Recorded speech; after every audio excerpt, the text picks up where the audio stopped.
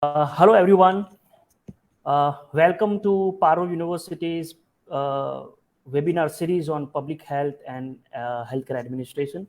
With this, today's webinar is jointly organized by Parul Institute of Public Health and the Minds Foundation. And these webinar series are dedicated on mental health literacy. So we'll be bringing up and webinar series related to mental health literacy. So this is the first of its kind webinar and jointly organized by Mind Foundation. We have Pragya Lodha from Minds Foundation, who is currently serving as program director and based out of Mumbai. So I would like to invite Pragya Lodha to this webinar and introduce Minds Foundation to the audience. Right. Good morning, sir. Good morning, everyone. And a very heartfelt gratitude to the Parul Institute and the Parul Institute of Public Health for organizing this. I think I'm not going to take a lot of time. I'll reserve the larger bunch for Dr. Ankur to interact with all of you. But I'm going to take a quick, couple minutes to introduce the Minds Foundation to all of our participants today.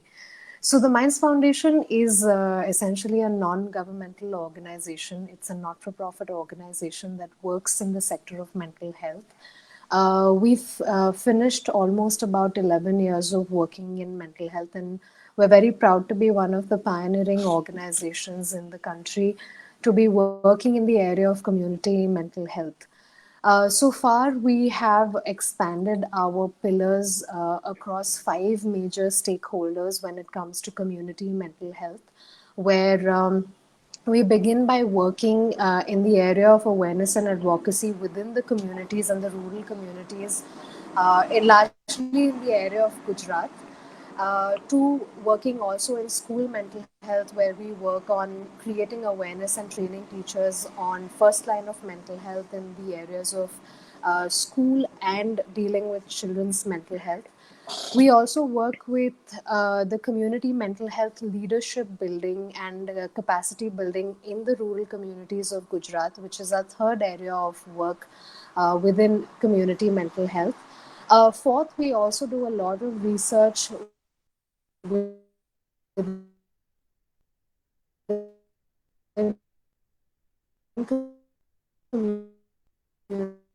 communities as well as across all stakeholders to understand and grapple a better understanding of how mental health is and how mental health can be made accessible to each one of us within the country. Largely, a new area that we've also sort of are building on a lot more now is corporate wellness and well-being, where we also target, not just employee well-being, but we also work on and with different corporates on campaigns and various other mental health advocacy and awareness programs. So these are the 5 areas of work that we largely do at the Minds Foundation. Our vision is to make mental health accessible as well as affordable for each and every citizen of the country. I think I will also take a quick minute to also tell you that recently we have, launched the counseling cell in Bombay. However, it is fortunately virtual and accessible to each and everyone across the country.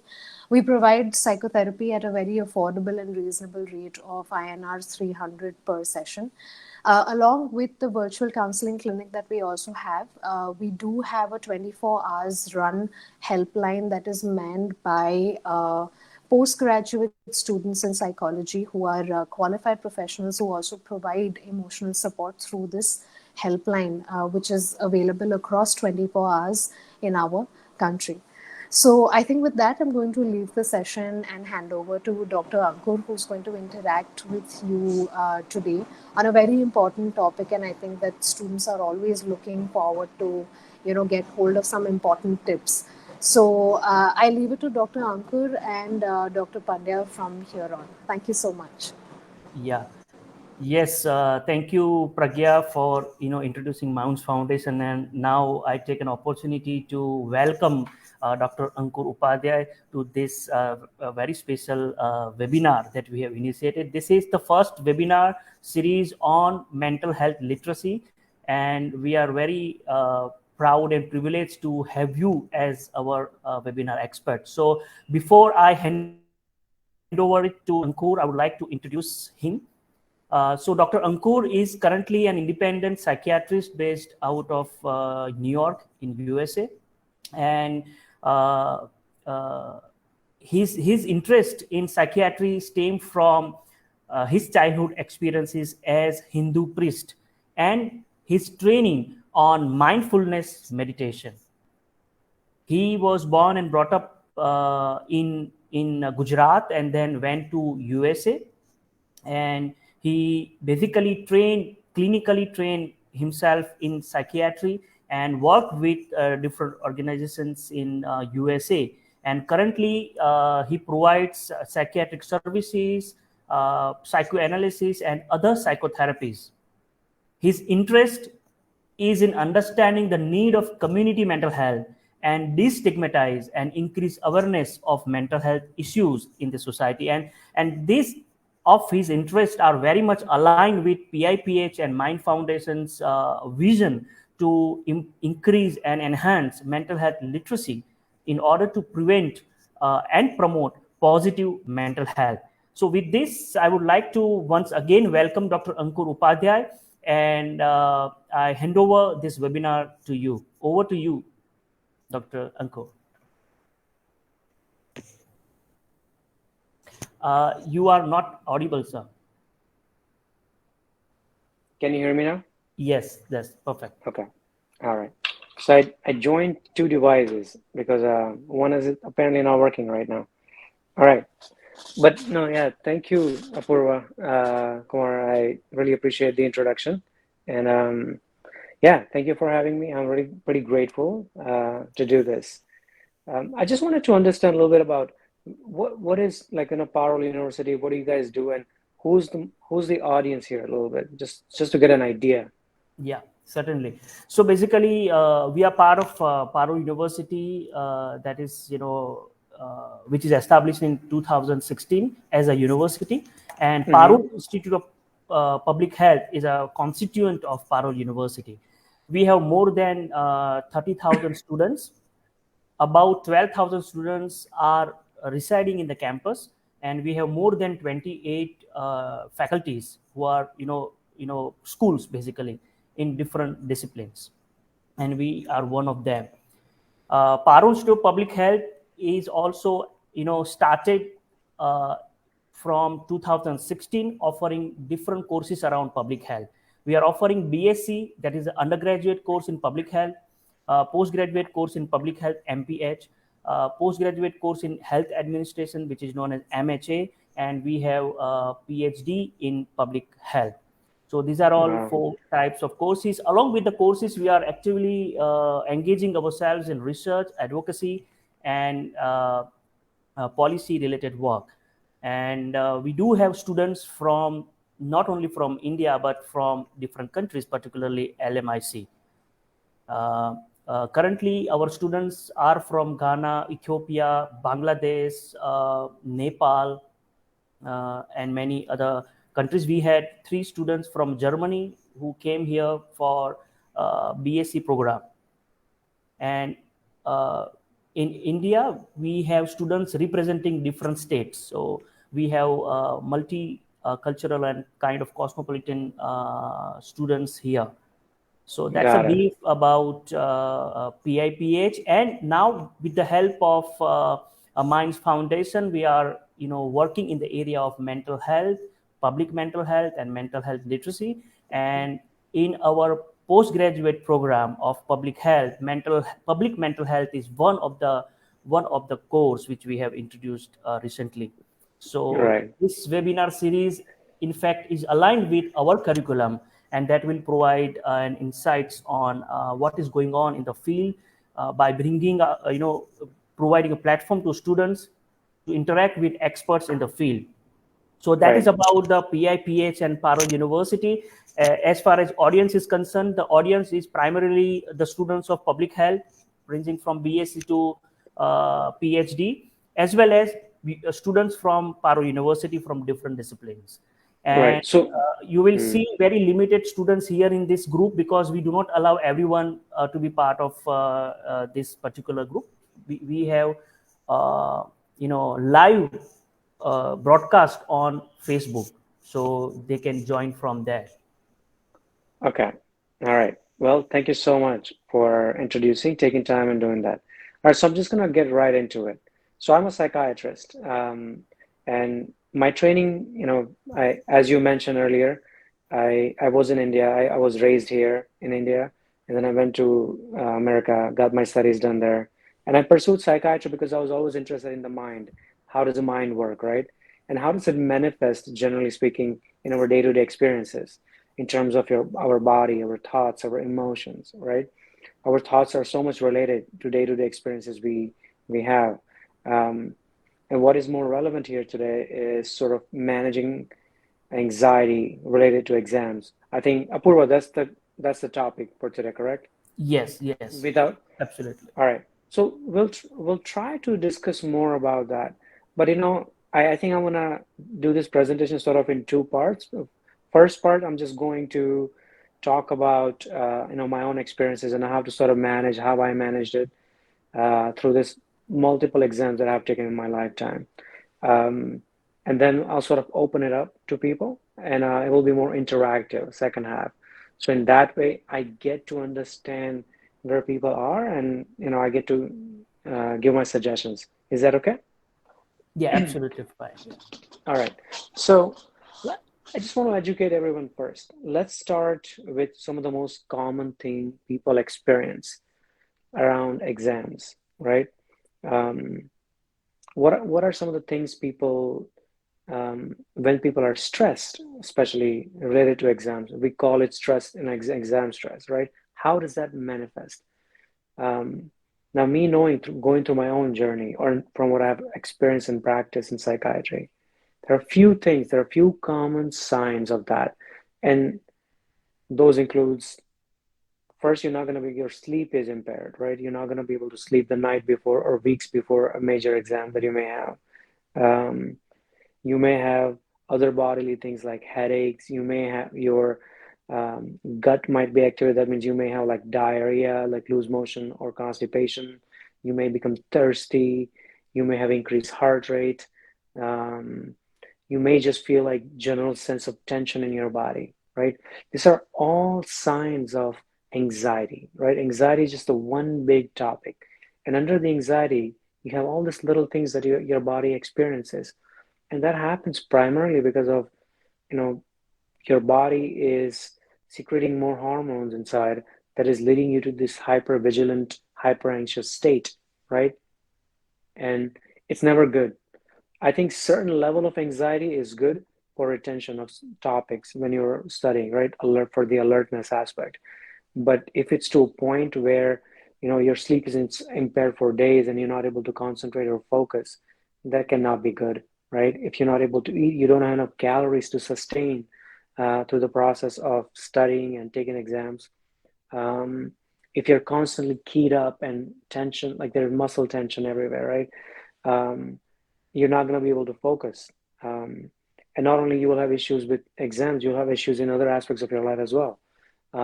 So those are some manifestation of feeling anxious. Some of the other things that we may experience, the other category of things like anxiety is one of the category, right? The other category is mood. Your mood can drastically change um, based on sorry, based on how you're feeling at that time. I'm so sorry.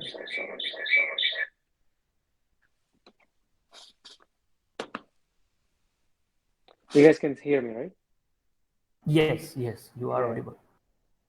So anxiety is number one. And as I mentioned, all those little things that you guys can experience, right? The second thing is your mood. Under the category of mood, things that can happen to you that is not good during exam is your mood can become irritable. That means you are frustrated the fact that you're not retaining things, right? When you read something, then you're trying to like cram everything in last minute to get through this exams and prepare for the exams. And if you're not getting through it, your mood is going to become like angry, or irritable, frustrated, or depressed sometimes. These are also manifestation, of the things that other things that you can experience during this time. So those are the two major categories of things that one experience. Now, how to manage this? Um, I think you guys are already in higher secondary school, right? And you have managed this far. Like you have done all the high school, like, higher secondary and college, and you're finally in like professional schools. So instinctively, you guys already know how to manage, right? How to manage the stress during exam. But sometimes you may not be able to do it, right? But you always have to sort of trust yourself in a way that, you know, it whatever this is, it will pass, right? It's so how do you manage it? So first step is the observing the anxiety. Whenever you experience something distressing in life, like deranged mood, like irritability, anger, frustration, or anxiety, and all those things that I mentioned, right? Feeling like heart palpitations and tension and headaches and sweatiness and not able to retain anything. You can't sleep, right? Observe these things. Don't react. Don't freak out. Just let it pass, right? This is not a permanent feeling, right? It is gonna go away, right? You have to give yourself time to just let those moments pass.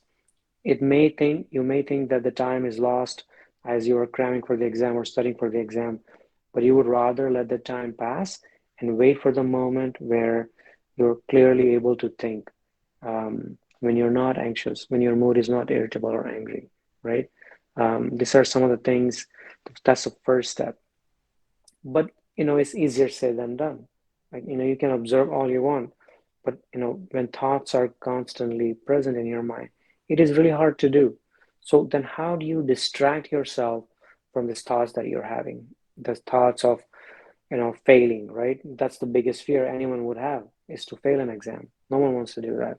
So when you have fear of failing, right, you automatically become vigilant. So you have to channel that vigilance to a point where overcoming that anxiety or mood symptoms. And the way to do that is by really grounding yourself, right? When we are anxious or when our mood is not stable, we tend to forget where we are, who we are, this times. And it really becomes sort of a confusing state. You don't know what you're doing, you're constantly doubting yourself, right? During this time, grounding yourself. What do I mean by grounding? Grounding literally means that just sitting on a chair, right, and feeling where you're sitting, feeling your feet touching the ground, right? Just focusing on your breathing, just simply just noticing your breath, just like your chest and your belly area just going up and down, right? And when you just ground yourself in your body, you know that this is you. You're present in that moment there, right? You're not going anywhere. It's just you have overwhelming thoughts, and you have overwhelming anxiety that you're dealing with in that moment. So you just have to sort of ground yourself and try not to react to all this, negative thoughts you may have during this time, especially during exam time. Try not to react to them, right? Simply continue focusing on your breathing, right? Just like where you're sitting, not talking to anyone, just sort of like relaxing, right? In a way. And what is the quickest way to relax is by taking deep breaths. Now, let me just explain the mechanism, how that works. Apurva, can they see me? They're able to see me, right? Yes, they are able to see you. All right. So the quickest way to bring down your hyper alert energy is like just quickly down, right? Your anxiety, especially your heart rate, especially your heart rate. The quickest way to bring that down is to literally take the deepest breath you can think of and you let it out, right? You do that as hard as you can. Let me demonstrate what I mean, okay? I'm gonna take a deep breath through my mouth, through my nose, and let it out through my mouth, okay? Take a deep breath through my nose and let it out through my mouth. Like I'll just go like this. Literally like that, okay? And you let it, and you do that 3 to 5 times, all right? As you expand your lungs when you take a deep breath in, right? It really activates the nerve that is attached to your lungs that signals your brain to decrease your heart rate by secreting this neurotransmitter called acetylcholine. All right. So scientifically speaking, that's how you bring down your heart rate. And you could be in any situation, not even just exam anxiety, all right, any anxiety related to anywhere. So these are some of the ways to do it, right? Also, sort of like distracting, like removing away from your trigger. If you're around someone, if you're around a lot of people that are constantly reminding you of exam related anxiety or some other triggers related anxiety, just stepping away from that moment, you know, removing yourself from the stimulation and just grounding yourself, right? If you're standing, just notice, close your eyes and notice, where is your feet right now? What is happening to your feet? Notice your palms, right? Notice your shoulders, like, are they tensed? Notice just roll around your neck just to get the blood flowing. These are the ways to ground yourself.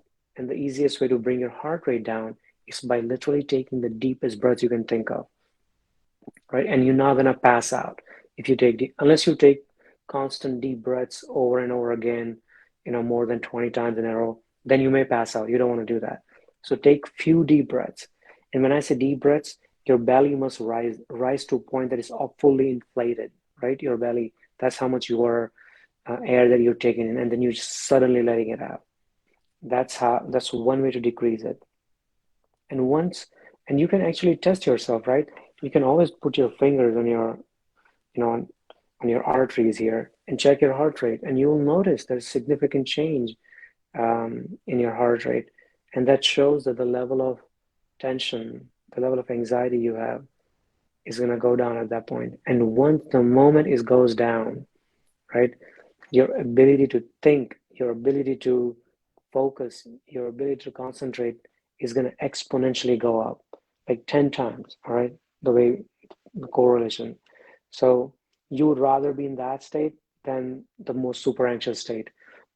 Now, there are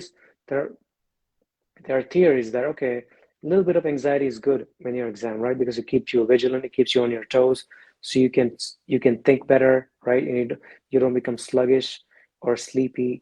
I think so. I think a little bit of anxiety is good, right? But that level of anxiety, you may not even feel it. So the fact that if you start noticing, if you start feeling the anxiety manifesting in your body, like your palms are sweaty, right? Your shoulders are tense, your heart is racing, and you can't think, you're at a point where anxiety is not good for you, right? If you're not at that point and if you're anxious, it's no big deal, right? If the anxiety is not manifesting in any ways, then you can still continue to focus, and you just have to like push it and continue to focus. So that's the subtle difference between like a healthy level of anxiety related to exam versus just having a full-blown anxiety episodes, right? During those times, you really have to, care for yourself and engage, ground yourself, take deep breaths, right? Remind yourself that this is just a moment that is going to pass. It is not a permanent state of mind, right? You feeling anxious doesn't define you as a human being. Just because you have anxiety right now doesn't mean that you're anxious. I'm just going to use Apurva's name. Just because Apurva is feeling anxiety during exam doesn't mean he's anxious Apurva, right? He's Apurva. Anxiety is just a transient feeling that he's feeling in that moment, and it passes. Next moment will be something else, right? So you just have to let this moments pass without reacting, right? Grounding yourself into the reality, knowing that this is you, this is your body, this is your mind, and you're about to take an exam. This is not going to be something, life-ending or life-threatening, and you take that fresh mindset into it. So those are some of my initial thoughts.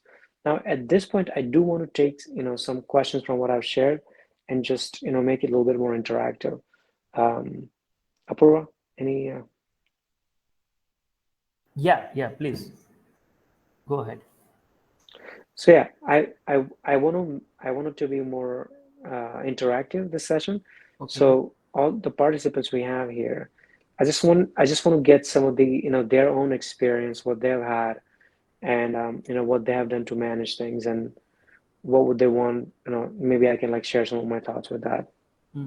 Yeah, so I think there will be many participants on Facebook Live. so perhaps they would not be able to respond to your Sure. questions directly. If there is a question and answer, I can get their responses in my message, and I can escalate to you. And those who are in this group, I think they can share their experiences.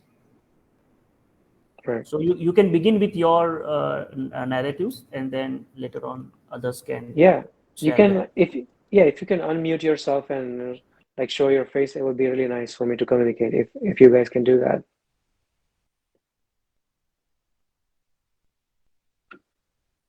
So those who are present in this group, can you please unmute and share your experiences, show your, if you can switch on video for a moment.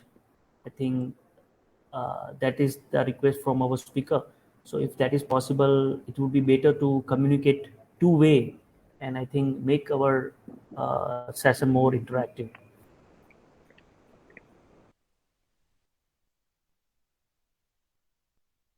So I can start from my end. Sure. Yeah.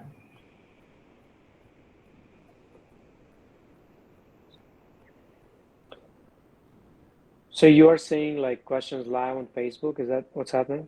Yeah, because most majority of the audience are basically on Facebook, so they can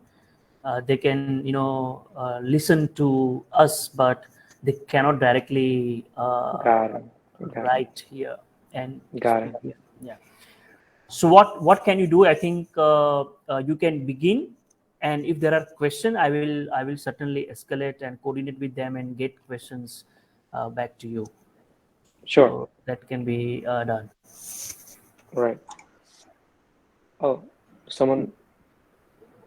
Yeah, Palak. Yes. Yeah. Hi, sir. Hello. Hi, how are you, Palak? A very good experience I have in by this your lecture, sir. So I have one question. See, you are saying about this anxiety related to this exams and so on. So anxiety is the part, sir. Anxiety can be happen anytime, isn't it, sir? Because at the time of Right. when we give the interview, when we have something to be done and we are not able to do it, so anxiety can be happen anytime. So I have one story to share with you. Not a story, it's a real. Sure. Uh, Yeah. yeah, Yeah, please. I will not mention the name. Actually, she is my friend. Recently, in the COVID time, uh, actually she is fired from the job really because this COVID time is very high. You know about the way the Of course. Yeah. people lost their job. So she got a chance to give the interview in the job, but quite somehow she's not got the job, and she's the only person in the family who is taking care of her family. So suddenly one day I got to know that she is passed away in mental health. Actually, she is very quite intelligent also, but I don't know how she committed suicide due to this Mm, anxiety and mental health. So she committed suicide. So somehow we cannot help those people uh, because they have some mental issues in their mind. We cannot learn, we cannot actually we cannot find these people's ki unke mind pe actually chal kya raha hai, how they are mm, feeling, how they are thinking. So this is the actual, how could we find, हम लोग ऐसे कैसे मतलब we can how could we help those people's ki nahi we should, we are here for you, but I don't know how to mm. react with these people. This is come from anxiety only, anxiety then mental health, then it's go on. Right. It Right. started from anxiety only. Right. Well, Palak, thank you for sharing that. And I'm sorry for your loss, for your friend's loss. Um, you know, it is an interesting topic, right? There is a lot of that. There is a lot of suffering around us. Okay, there is not a human Yeah, being, here or like on this earth that doesn't suffer, right? yeah, And suffering can come in many forms, right? And unfortunately, mental health related issues in India, especially, they are not as recognized or treated as efficiently because frankly, we don't have enough, mental health providers to treat these things professionally, right? Exactly. So it's the biggest issue. But what can you do as just a norm?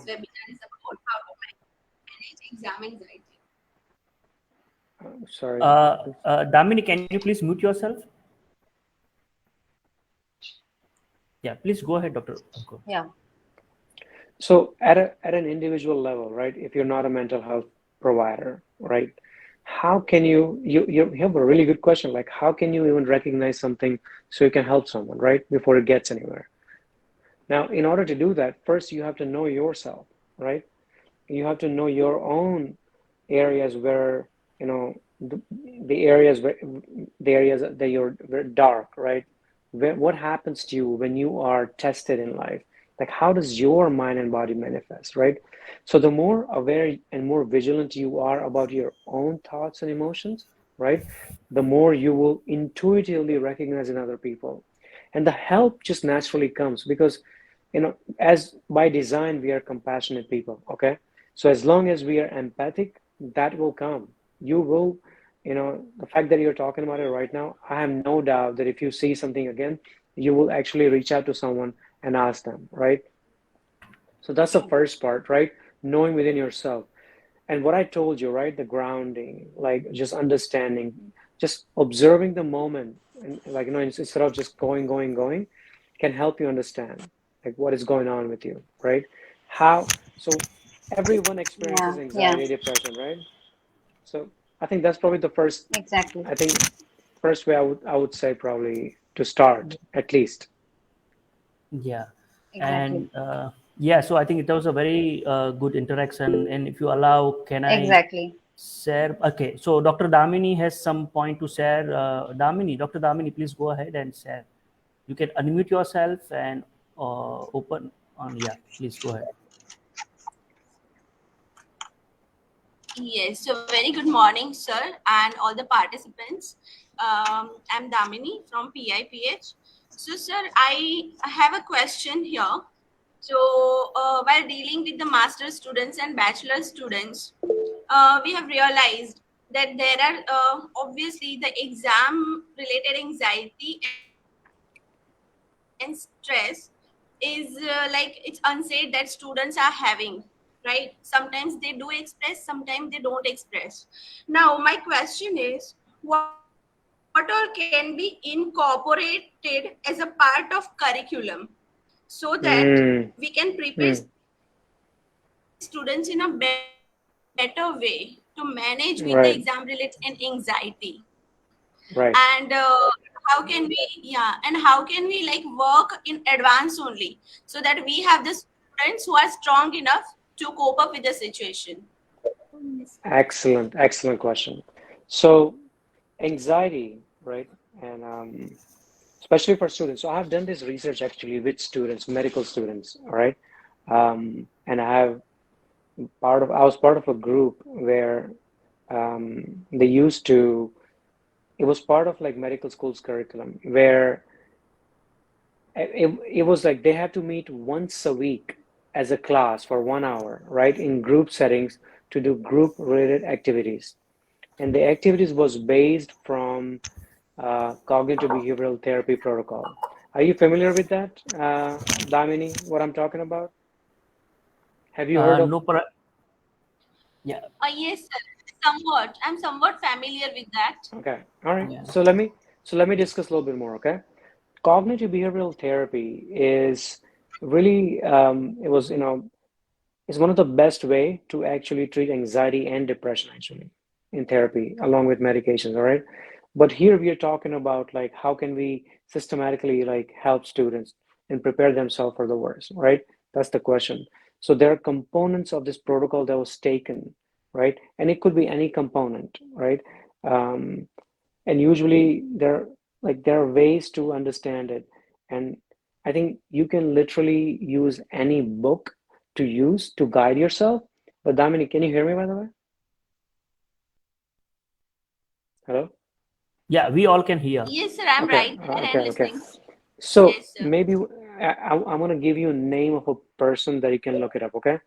Aaron Beck, Aaron is the first name, Beck, Beck, okay? Aaron Beck, he's the father of cognitive behavioral therapy, all right? And his books, right, in general, you could literally take any activities from his book and incorporate in your syllabus and create a group activity out of it. It will be helpful in general. You don't have to take front to back page, right? But any meaningful activity from that book. He has many books, right? But I would choose a book that has a lot of like exercise in that book. There are many exercises in that book, and I would sort of model that book to make any sort of group activities, and that can become part of curriculum because that's what we used with medical students. It was tremendously helpful. Again, cognitive behavioral therapy is understanding your cognition, which is your thoughts and your feelings, right? And become aware that how are these thoughts and feeling manifesting into negative behavior or negative pattern of behavior that we are stuck in a circle of, right? And to undo that behavior, it's where the therapy comes in, right? Because we have gotten used to using the same kind of thinking, same kind of defenses. When we are anxious, we're gonna close off, or when we are anxious, we don't talk to anyone. We sort of close off, right? That's one level of like pattern that we have. We sort of protect ourselves. So so how to undo that behavior is part of this protocol actually. How to do that. Um, so that would be, I would suggest like looking into that book and choose any excerpt or any activity from the book, and it will be great. That's exactly what we did. I hope that answers your question because you're asking a little bit more of an academic question.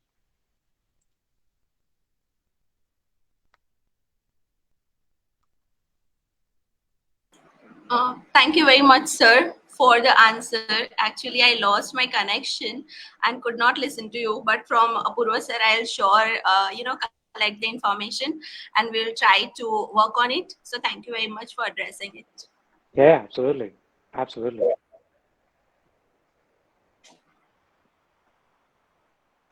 Any other reflections or experiences anyone would like to share? Yeah. So before any other put their questions or experiences, I would like to add few points if I'm allowed. Yeah, go for it. Go for it. Yeah. Yeah. So I think it's very good in interactions and discussions. So based on questions and experience sharing by two participants, I thought that we can understand first what causes anxiety, and when we know the reason for being anxious, it helps us deal with that very well. So generally, as Dr. Ankur has rightly pointed out, that stress and optimal anxiety is important, and in fact it is required. It can help us work, think faster and more effectively, and it also help improve our performance. But if the stress is very high and the person is not able to deal with that, or if the anxiety that person is experiencing make one feel overwhelming, then it can affect your mental health and your performance. So, and some of the symptoms that Dr. Ankur has said, I just like to reiterate, then talk about some of the causes. If you understand the causes of the anxiety, we can work on it. So if a person is having disturbed sleep or sleepless nights, it can be one of the indicator of anxiety. Or irritability, or very reactive nature, or maybe short temper is also one of the sign and symptom of being too anxious, or being anxiety which is beyond the level of one's management. Butterflies in the stomach is very common experience that people would experience in any situation which is very new or novel. Poor appetite and either overeating or eating too much or not eating at all can be one of the point. These are the basically, I would not say symptoms, but these are the sign or maybe signals that can help an individual to understand that yes, there is something that I need to work on it. And then tendency to drink too much of tea or coffee, or depending on alcohol or smoking. Use of drugs can also be one of the indicator that when you depend too much on the drug to relax yourself can be also one of the indicators. So these are a common signals that can help us know that there is something wrong. Now, these are all the signs. What make us more anxious? It is very natural that when we are in any new situation, we will feel anxious. And most of the time we are able to, but when we are not able to, then we have to work on it. Some people have a personality that makes them more warrior. There is a tendency to be anxious on certain aspects. Maybe not prepared well, particularly in the context of exam or context of performance. When we are not prepared well, we feel anxious. When we have very bad experience in the past related to exam or related to any of the situation or circumstances, we feel anxious. There are people who believe in perfectionism or maybe provide too much stress to do things in a perfect way. That also add anxiety to it while performing, because they are not satisfied with whatever they have done. So being perfectionist is sometimes take a lot of toll on individuals' mental health, and not feeling well, or maybe there are hormonal changes sometimes that makes you anxious. And when you are on medication, then also you may feel anxious. Now you need to identify, there may be many causes which I might have missed out, but anything which is novel, anything where you are not able to manage your stress and you have fear which you are not able to manage. The fear can be fear of known thing and fear of unknown. Then that may lead to some form of anxiety, which an individual need to provide extra effort to manage. When anxiety is not managed, it can be manifested into many of the mental illnesses later on. But if we understand this, then we can manage it better. And one important point, I think Dr. Ankur can correct me if I'm wrong, that we all experience anxiety and we all have to deal with anxiety. Only difference, there are individual differences when it comes to dealing with it, identifying anxiety early and then dealing with that. So I think these were some points I wanted to share from my experience. Absolutely. Thanks for sharing that. Yeah, go ahead, Damini. Yes, sir. So again, I'm here.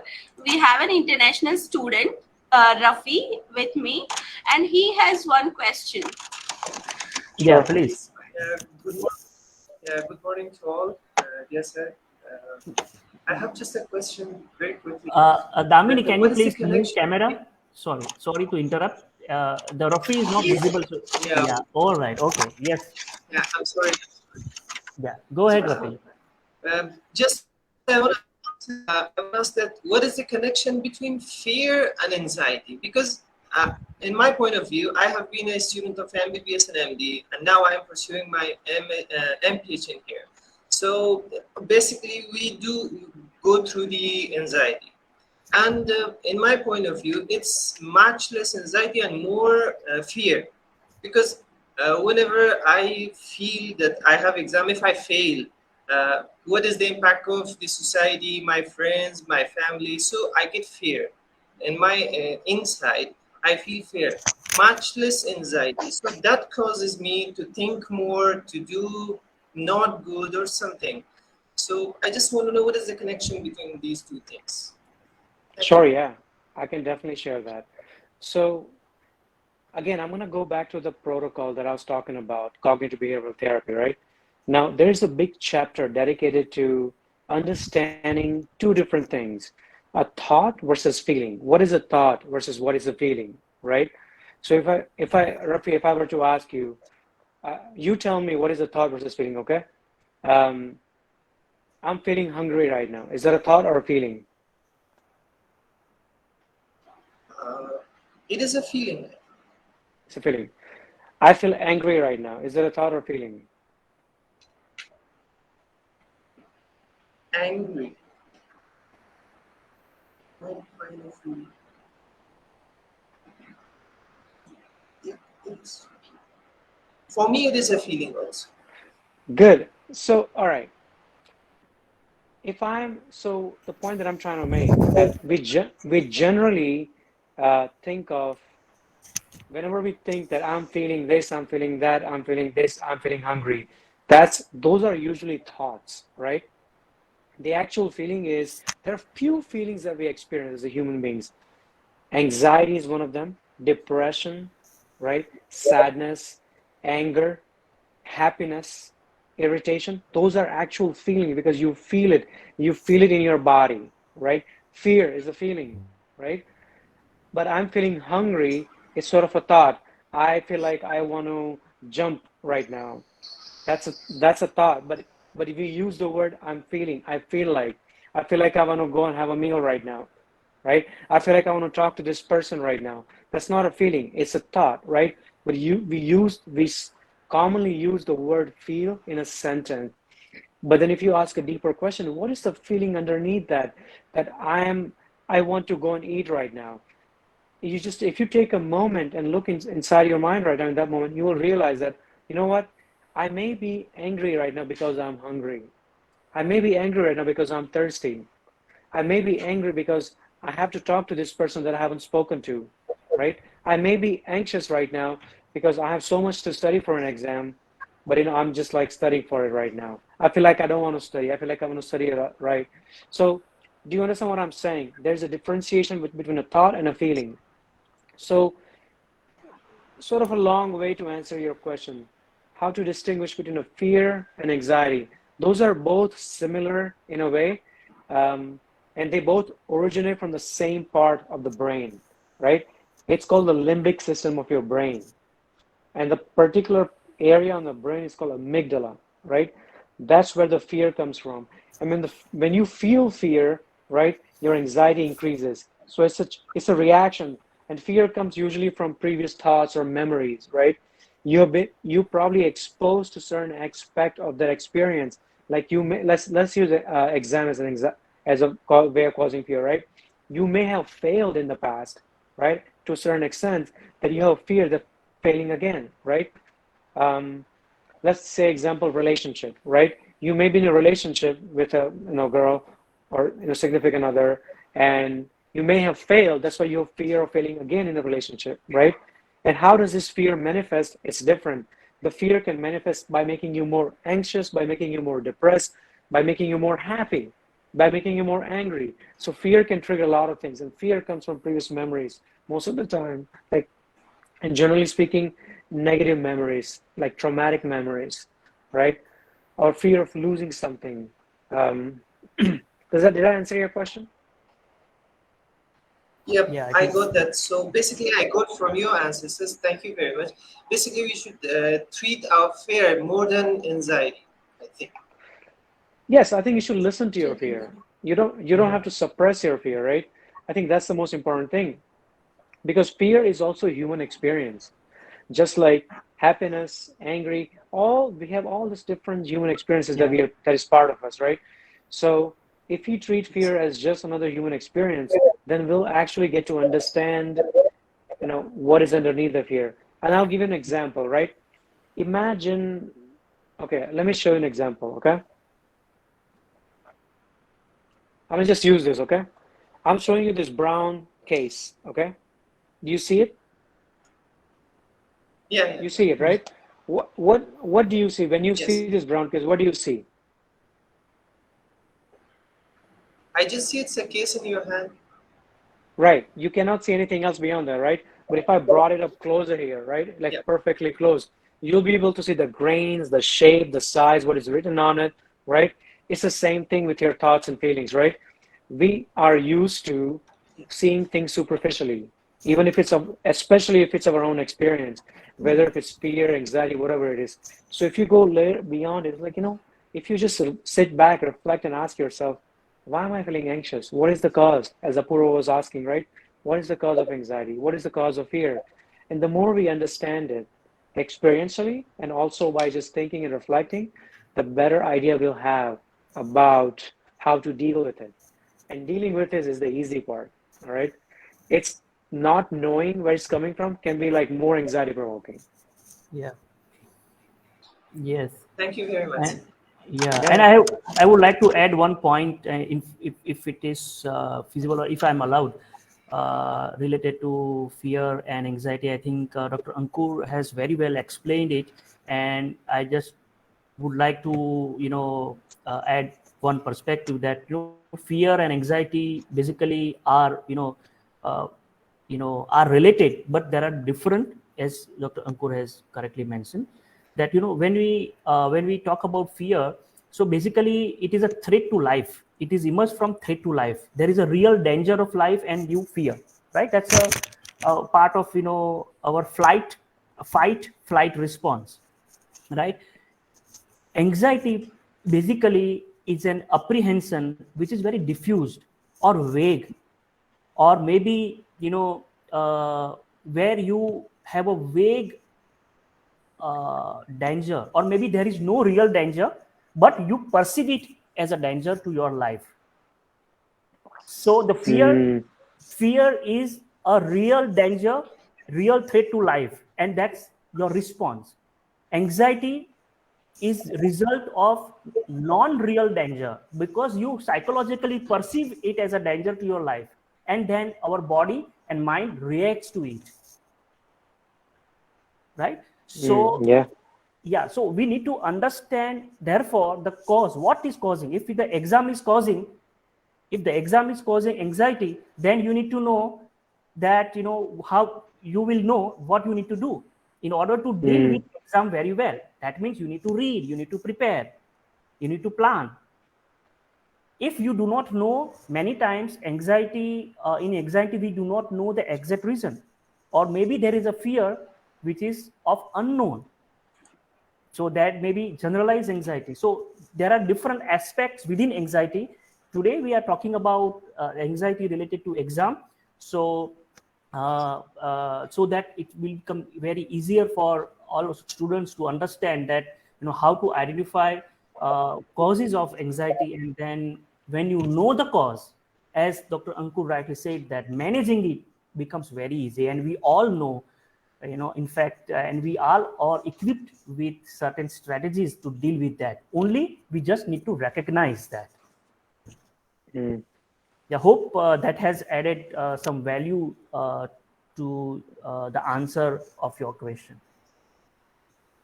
Thank you very much. Thank you very much, sir. Yeah. So I think I have received, Dr. Ankur, some questions from the audience who are not here. So if you allow, then I can ask. Sure, go for it. Yeah. So it is related to exam anxiety. That what are the strategies to deal with exam anxiety? Do we need to see psychiatrist for that, or we can help ourselves? It's a very good question. Now listen, I am someone who becomes very anxious. They can listen to me, right? Yeah, of course. Okay. So I have exam-related anxiety, okay? I'm not a good test taker. I'll just tell you right now. And I have to become a doctor in America, you have to go through 1,000 different exams, okay? And every exam that I had, it was a mission for me, pretty much, okay? And it's still not done yet. Even though like I'm a professional doctor, the exams doesn't stop. The life has a way of like examining you one way or the other, right? So I could say that the exam related anxiety has become part of me, right? And I don't think I have sought out psychiatrists for that, because if it's situational anxiety particular to exams, right? Then yeah, you could talk to a professional like a therapist or counselor or if you want to talk to someone like how to deal with that, for sure. I think you could do that. But I think a lot of it's come down to just exposing yourself to this anxiety, right? Like, is the anxiety bad enough that you can't even step in the classroom and can't even hold your pen and write, on your paper, exam paper, or go to a computer and click the mouse and click an answer? If the anxiety is that real, then yes, I would say go and seek professional help, right? But if you think that you're going to exam, you're able to go, you're able to do everything, you're able to think, and then you go to exam, you see a question, you freeze, right? At that time, it becomes more about strategy than and less about anxiety, right? Because when you're in exam, it is sort of it's a game that you're part of, right? You have to strategize yourself to be part of the game. And let's say if your exam is 1 hour, right? You are going in this space for 1 hour, knowing that you're going to feel all kinds of anxiety. You may freeze, you may not freeze. So set your expectations before you even go into the exam that, you know what, I may be anxious, I may become anxious. Know your trend, understand what you have done in the past, understand the mistakes you have made. So if you're set in the exams in the past, and you have frozen on certain kinds of questions, skip through the question, come back to it again. You don't have to, head on like and take that question the first thing, right? Take your time with it, right? So don't dwell on the questions, right? If you can't find the answers to the questions, it's better to move on to the next thing where you may be able to find the answers, right? So it becomes sort of strategy aspect, right? And the more you strategize things while you're in the exams, right? The anxiety, you will probably like overlook the anxiety at that point. All right. So I think, and that comes with practice, right? As Apurva was saying. So how do you practice then? Because nothing can ever simulate exams, right? Nothing can do that. But you could take mock exams, test your limits beforehand, right? And if you have genuine exam related anxiety, take mock exams a couple days before the actual exam. Or when I say mock exam, do practice tests from any textbook or test prep or something, right?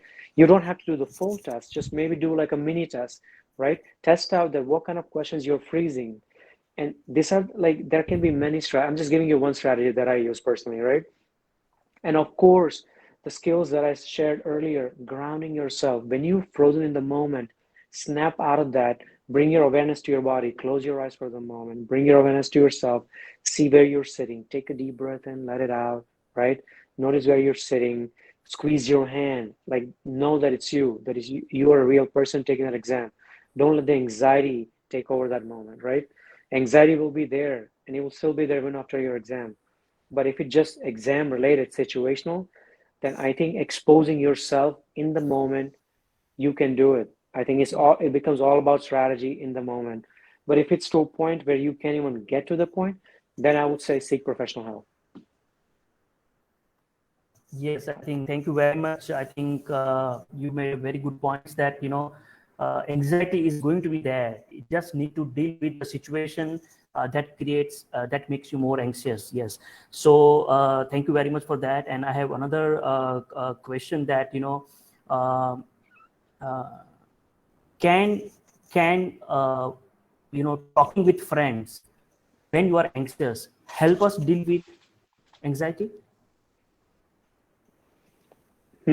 So when we are anxious and when we are uncertain about something, our natural defense is to talk to other people and feel good about it, that maybe someone else is anxious, and we subconsciously think that if someone else is anxious, then you feel that you're not lonely, and it might make you feel better that you're not alone in that boat. So yes, I think it could be helpful, but overall I don't think so. I personally don't think that, at least personally feeling, right, I don't think talking about your anxiety, especially right before you're about to take exam, it's a good idea to relieve your anxiety, because I would rather use the time to actually coming up with strategies that is going to help me with anxiety in the actual exam, right? I would rather spend the time doing some questions, right? Practice questions, or do some more academic work to like actually face and expose myself to similar things that is going to make me anxious, right? So it's yes and no answer. And I would say like 30%, 70%. 30% maybe I'll talk to, but 70% I'm like, no, maybe I'm not gonna talk to a person, right? I'm not giving a clear answer here because there's no right or wrong answer here, right? I think it comes to personal level. But generally speaking, people seek to talk to other people because they're anxious themselves, not because they want to, have anything else, but subconsciously. And I would say try not to do that. Try to bring your focus to yourself. Continue exposing yourself to situations, even if they're difficult, right? Because that's how resilience is formed. The more you throw yourself into difficult situations, the more you test yourself, the more confident you'll become, and the more resilient you become over the course of lifetime. All right. So thank you very much for that answer. I think the time, I mean, we are crossing the time, so I won't be able to take more questions. We do have 2-3 more questions, but I think due to shortage of time, I won't be able to take more questions. So sorry for that, but we will be, coming up with all of you with more of such webinars where we will have an opportunity to interact with experts and share your experiences and learn some strategies to deal with exam. So one of the takeaways from this session is that, anxiety is part of life. And when there is situational anxiety like exam, the best way is to prepare for that rather than engage into overthinking or just talking with others. So, preparing well, strategically, planning for exam would help. Facing the exam would help deal with anxiety better than other. And if you feel that you are not able to help yourself, university has psychologists, so please go to psychologists, and we do have psychiatrists at our university hospital or a clinic. So we do have resources here. Do not fear, do not feel offended by taking help. Taking help, seeking help is a strength. It is a sign of courage. So feel free to share your concerns with psychologists, psychiatrists, and mental health professionals like psychotherapists or counselor. So with this, we can end the question and answer session. And I would like to thank once again Dr. Ankur Upadhyay for sparing your valuable time. You are sitting in USA and there is a time difference. Perhaps there will be late night for you. So thank you for being so considerate for us. And we are basically working on lay counseling and peer counseling component, and will certainly seek your input, technical input, and making it as a model for university where we can train our students deal with basic psychological distress and train them as a lay counselor or a peer counselor. So we are testing that model. So once that model is tested, we'll be developing some training module, and we'll be seeking your technical inputs in that. So on behalf of Parul Institute of Public Health, I would like to thank you, and as a token of appreciation, would like to present you with small certificate. Is it visible? Yes, it is visible. Thank you very much for your time, and we will certainly collaborate and continue our collaboration with the Minds Foundation and you, and we'll work on this on a long-term basis. Is that something that I could take a snap of or something, or? Yeah, no, we will be sharing you on your personal email ID. Okay. All right. Thank you so much. Thank you for your kindness. I'm grateful to be in this space, and I'll be more than happy to help again. Okay. Thank you. I would also like to indicate thanks to the Minds Foundation for our collaboration on this space, as well as I would like to thank all my faculty members and students who are participated in this webinar, and viewers who are participating in this webinar series. Also, technical team of PU webinar team who has constantly supporting us, and their support is very essential for us to make this webinar a reality. So thank you everyone. And before we meet again on 21st of April with the 21st of March with the next webinar on health technology assessment, I would like to wish a safe, happy, healthy life. Take care of your health and your family. Thank you very much. I would like to conclude this webinar now. Thank you so much.